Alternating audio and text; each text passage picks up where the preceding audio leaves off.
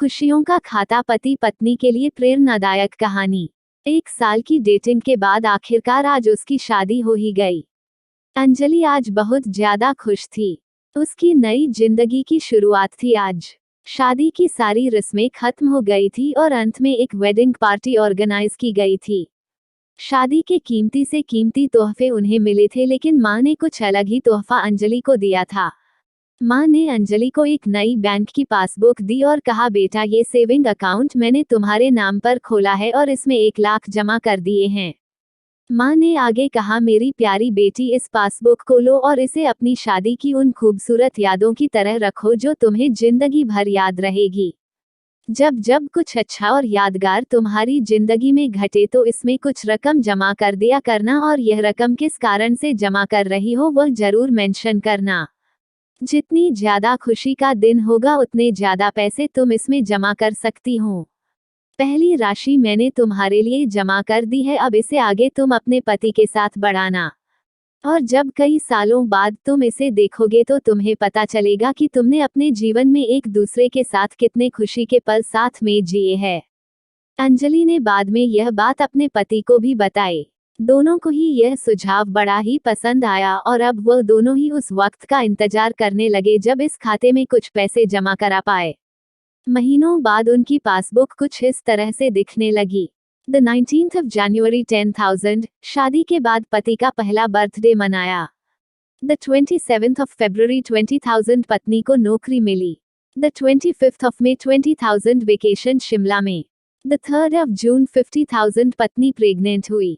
The 22nd of July 40,000, पति को promotion मिला।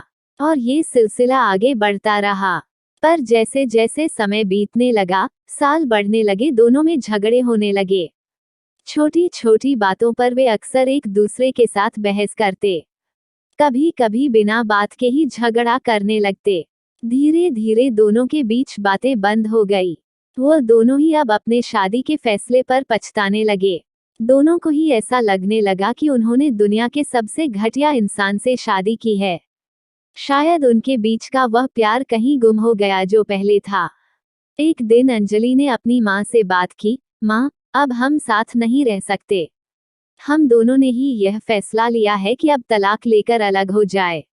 मुझे समझ में नहीं आ रहा है कि मैंने ऐसे इंसान के साथ शादी करने का फैसला कैसे लिया था। उसकी माँ ने कहा, बिल्कुल, इसमें कोई बड़ी बात नहीं है। तुम वही करो जो तुम्हारा दिल कहता है। अगर तुम दोनों ही साथ नहीं रहना चाहते तो अलग होने में ही भलाई है। लेकिन उससे पहले एक काम करो, तुम्हें वह पासबुक याद है जो मैंने तुम्हें तुम्हारी शादी के दिन दी थी? सबसे पहले उस खाते में जमा सारे पैसे निकालो और उन्हें खर्च कर डालो। तुम्हें ऐसी कमजोर शादी का कोई भी रिकॉर्ड नहीं रखना चाहिए। अंजलि अपने माँ की बात से सहमत थी, इसलिए वह वहां से सीधे बैंक चली गई और बैंक में लाइन में लग गई ताकि उसे अकाउंट को बंद करवा सकें। जब वह लाइन में खड़े होकर इंतजार कर रही थी तब उसने एक नज़र उस पासबुक के अंदर लिखे रिकॉर्ड्स पर डाली। उसने पढ़ा और पति गई। वह सारी खुशियां, आनंद के पल जो उसने अपने पति साथ जिए थे, सब उसकी आंखों के सामने आ गए और उसकी आंखों में आंसू आ गए। वह तुरंत वहां से निकल अपने घर पहुंची। अंजलि ने घर पहुंचकर सबसे पहले वह पासबुक अपने पति के हाथों में रखी और बोली कि तलाक लेने से पहले इस खाते में जमा सारे पैसे खर्च कर दो और इस खाते को बंद कर दो। अगले दिन पति बैंक गया और खाता बंद कराने के लिए लाइन में लगा। जब वह लाइन में अपना नंबर आने का इंतजार कर रहा था, उसने एक नज़र उस पासबुक पर डाली। उसने पासबुक के अंदर लिखे रिकॉर्ड्स को पढ़ा और पढ़ते ही गया। भूतकाल में अपनी पत्नी के संग जिए वह खुशियों के पल, वह सुंदर यादें, वह प्यार के पल उसके नजरों के सामने किसी मूवी की तरह चलने लगे। थोड़ी देर बाद वह भी बैंक से निकला और सीधे घर पहुंचा। घर पहुंचकर पासबुक उसने अंजलि के हाथ में रख दी। अंजलि ने जब उस पासबुक को खोलकर देखा, उसमें एक नई एंट्री 10 लाख की थी और उसके कारण के रूप में लिखा था, ये वह दिन है जब मुझे यह एहसास हुआ कि मैं तुमसे कितना प्यार करता हूँ और यह भी कि तुमने मेरी जिंदगी में कितनी खुशियाँ लाई है। वह दोनों एक दूसरे के गले लग गए, खूब रोए और उन्होंने उस पासबुक को संभालकर तिजोरी में रख दी। दोस्तों, जिंदगी में गिरना कोई बड़ी बात नहीं है। जब आप किसी भी कारण से गिरते हो तो आपको हमेशा कहाँ गिरे हो उससे ज्यादा गिरने से पहले आप कहाँ थे वह याद रखना चाहिए। गलतियों को सुधार कर आगे बढ़ने का नाम ही तो जिंदगी है।